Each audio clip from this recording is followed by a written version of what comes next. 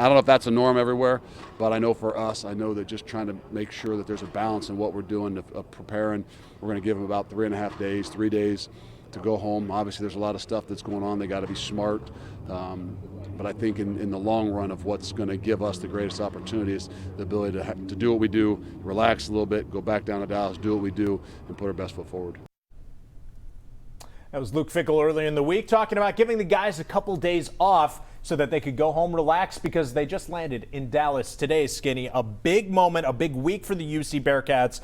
I can't think of a bigger David versus Goliath metaphor in sports where you have the first group of 5 team ever to make the playoff against a team who arguably is the greatest in college football history. They're absolutely the linchpin. I mean, they're the ones you try to. They're the standard. They're period end of story, the standard.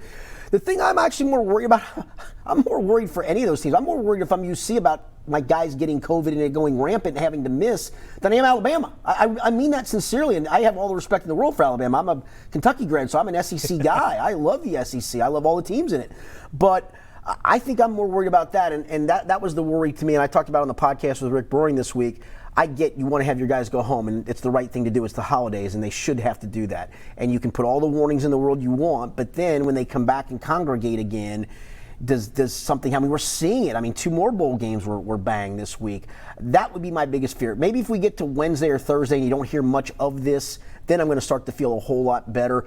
But sitting here on a Sunday night as we talk about this, if I'm a UC, I'm more worried about that than I am about Alabama at the moment. And that sounds strange, I'm sure. I think a big part of coaches, we see that they're worried about it is they had the option, the college football playoff, amended their rules. Usually the teams get there the week of. They gave them the option. You can get here 48 hours before just in case you don't want to travel.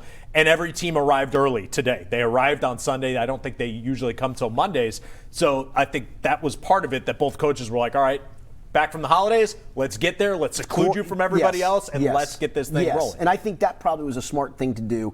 And maybe in the next 48 hours, if we don't hear much on that front, you go, okay, as long as they're kind of staying secluded. As you know, there's things at bowl games to do. Teams go do team bonding things, and there's those dinners that they have, and bowling against each other, all those goofy things, and probably a chance to get out on a little bit of nightlife.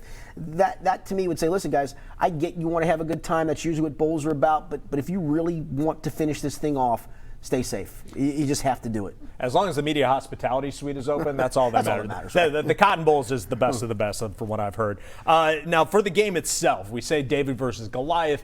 I don't think there's a soul out there outside of the tri-state who really gives the Bearcats a chance against Alabama. I've heard a couple, but you're right. But that being said, having covered the Crimson Tide when they went to 4 straight national championships and being around them a lot, this is not the same Alabama team that you're probably used to.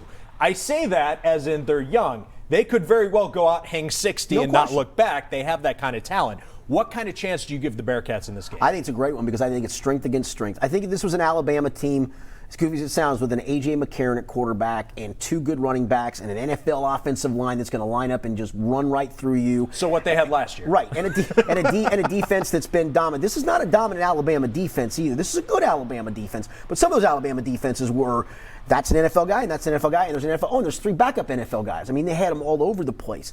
I think UC's strength obviously is in pass defense, and it is in those 2 great corners. And I think in that regard, they match up perfectly well with what Alabama wants to do. I don't think you can ask for a better matchup. I'd rather have this matchup right now than have to play if this had been Georgia to play, just because Georgia's style of play and how good their defense is.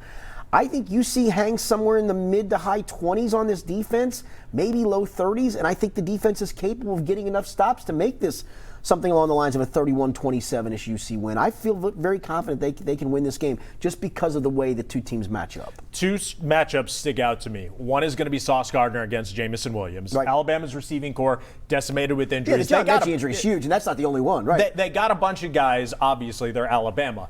But if you can limit Jamison Williams, if Sauce can prove that he is Sauce Gardner and he is that good, I give a good edge to this UC defense because this Alabama offense, like you said, Brian Robinson is a good running back.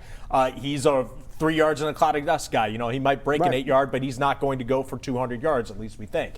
And then the other one, this one worries me a little bit about UC. You say this Bama defense isn't great. Will Anderson might be one of the best defensive players they've ever had. Terrific. He is a one-man wrecking crew. But as you know, it used to be the front are all guys, you go, they're NFL. The 3 linebackers and the 2 corners are going to be, lockdown corners. And they had an NFL defense out there. They don't have that. They're good. But can UC's offensive line stop Will Anderson? Because he's a guy that you only need him. He can take over a game. I do think the big part here is, and we saw Desmond Ridder go through stretches of this year of not using his legs as much, and maybe that was by design of, listen, we just want to get you through. We don't want you taking chances. I think Desmond Ridder's legs are a big key here. And I'm talking about unscripted, not just him in the quarterback run game, but when something breaks down, what can he create with his legs or to extend a play to maybe hit somebody down the field? I think that's the biggest part that's going to come into it, because I think he will find a way to win games. It's what he's done. I think he finds a way to win this game. And I think that, to me, is the unscripted part that, listen, you can prepare for it if you're Alabama, all the other things, but if a guy as good as he is breaks contain and you have no answer for that, look out. Johnny Manziel, Cam Newton, what did those guys have in common? They did. Chad Kelly, Yep. I was at that game too. Yeah. They were all able to improvise and get away from that Nick Saban defense and beat the Tide. Desmond Ridder has that skill set. You're telling me there's a chance? I do. A little bit of a chance.